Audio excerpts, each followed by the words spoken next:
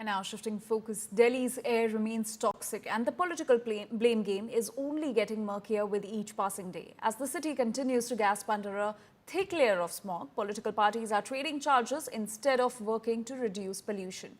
Now, BJP has blamed the Punjab government for the smog, accusing it of failing to stop stubble burning. Delhi Environment Minister Manjinder Singh Sirsa claiming that Punjab is releasing fake data on stubble burning and allege that the farmers are being forced to burn stubble due to lack of government help.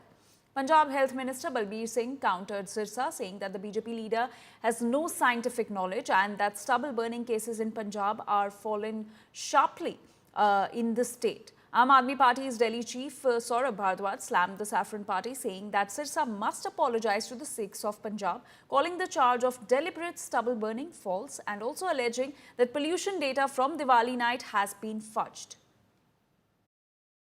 जो मनजिंदर सरसा जी का बयान है वो मैं कहूँगा शर्मसार करने वाला है और गैर जिम्मेवार है और उस पर कोई मतलब किसी भी फैक्ट्स के ऊपर तथ्यों के ऊपर आधारित नहीं है। वो उनको ना तो कोई साइंस के बारे में ज्ञान है ना मैं कहूँगा कि कॉमन सेंस है।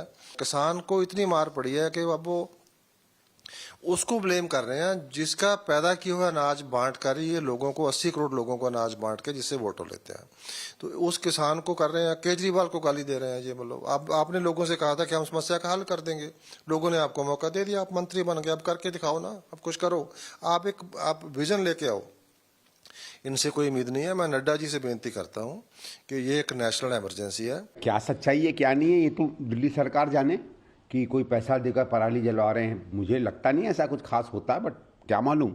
ये दोनों सरकारें ऐसी हैं कि अपनी साख बचाने के लिए ये लोग कुछ भी कर सकते हैं।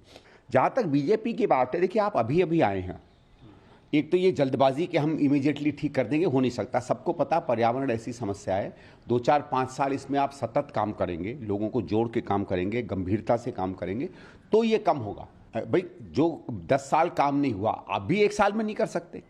लेकिन बीजेपी की सरकार भी इस मुद्दे को गंभीरता से लेने की बजाय राजनीति में उसको लपेट रही है।